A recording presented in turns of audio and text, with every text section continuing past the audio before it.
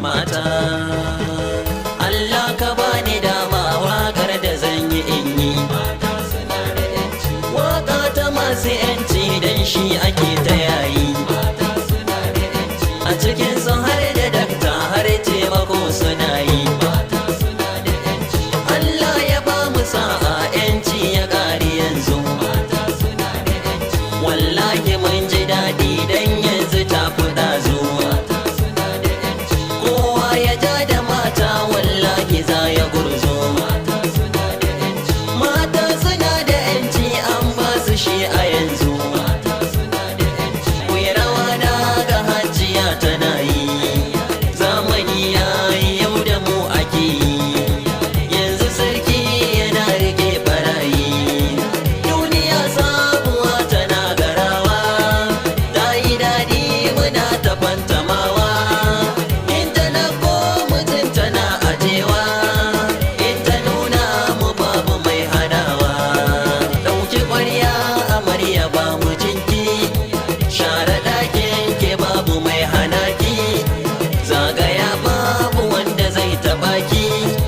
Yanzu yanci ki ne ashe na kanki. Kasuwanci sai ku zo ku koya. Kwalliya ma sai ku zo ku koya. Sanya riga don kuna da manya. Idan mutunci na ban ga mai yi min tsawa ba.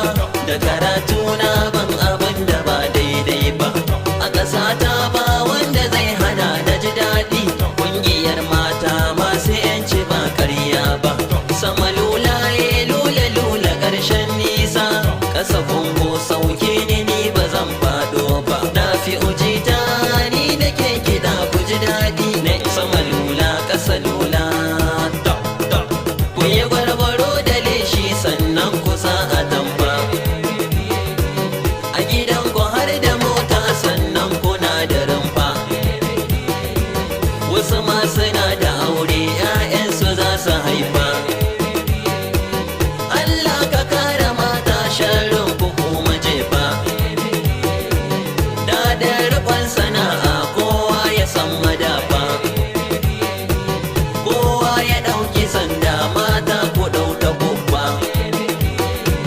Rana tana da haske mata nake wata ke. Haƙuri yana da daɗi balle a yi shi take.